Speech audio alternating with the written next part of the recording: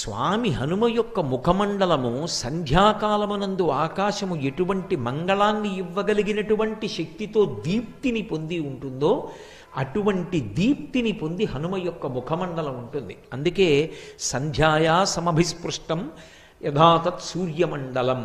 ఆయన ముఖం నాసికయా తస్యా తామ్రయా తామ్రమాబభౌ.